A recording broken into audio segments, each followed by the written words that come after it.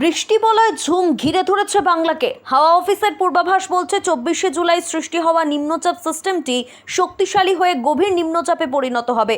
25 থেকে 26শে জুলাইয়ের মধ্যে দক্ষিণবঙ্গে প্রবেশ করতে পারে। আর এই গভীর নিম্নচাপের প্রভাবে দক্ষিণবঙ্গের উপকূলীয় এলাকায় 24 থেকে 26শে জুলাই পর্যন্ত সময়সীমার মধ্যে ভারী বৃষ্টির সম্ভাবনা রয়েছে। উল্লেখ্য, এক নাগাড়ে ভারী বৃষ্টিপাতকে পশ্চিমবঙ্গ ও বাংলাদেশের স্থানীয় ভাষায় ঝুম বৃষ্টি বলা হয়। বৃষ্টির আধিক্যের কারণে ওয়েদার অফ ওয়েস্ট বেঙ্গলের তরফ থেকে বৃষ্টিবলয়ের নাম রাখা হয়েছে ঝুম।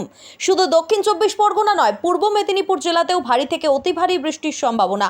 পাশাপাশি হাওড়া, হুগলি, কলকাতা, উত্তর 24 পরগনা জেলায় মাঝারি থেকে ভারী বৃষ্টি ও বিক্ষিপ্তভাবে অতি ভারী বর্ষণের সম্ভাবনা। পশ্চিম মেদিনীপুর, ঝাড়গ্রাম, বাঁকুড়া, পুরুলিয়া জেলায় ভারী বৃষ্টির সম্ভাবনা। বৃষ্টির সঙ্গে উপকূলীয় এলাকায় 40 থেকে 60 কিলোমিটার প্রতি ঘন্টায় দমকা থেকে ঝোড়ো হাওয়া বইতে পারে বলে পূর্বাভাস। হতে পারে বজ্রবিদ্যুৎ সহ বৃষ্টি।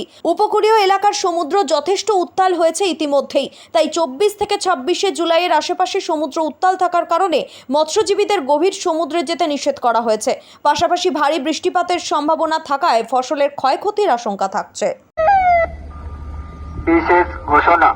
সুন্দরবন পুলিশ জেলা ও কেদারগঞ্জ কোস্টাল থানার পক্ষ থেকে সমস্ত মৎস্যজীবীকে জানানো হচ্ছে, আগামী 24/7/2025 তারিখ থেকে ঝোড়ো হাওয়া সেই সঙ্গে ভারী থেকে অতি ভারী বৃষ্টি হওয়ার সম্ভাবনা রয়েছে এবং সমুদ্র উত্তাল থাকবে। আপনারা কেউ গভীর সমুদ্রে যাবেন না পরবর্তী নির্দেশ না পাওয়া পর্যন্ত। এখনো যারা গভীর সমুদ্রে রয়েছেন তাদের অতি দ্রুত ফিরে আসার জন্য অনুরোধ করা হচ্ছে।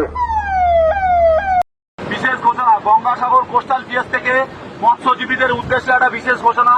আবহাওয়া দপ্তর থেকে জানা গেছে যে 24 তারিখে উড়িষ্যা উপকূলবর্তী ওয়েস্ট বেঙ্গলের সব জায়গায় নিম্নচাপ এবং আবহাওয়া খারাপ হওয়ার জন্য মৎস্যজীবীরা যাতে সমুদ্রে না যায় তার জন্য নিষেধাজ্ঞা।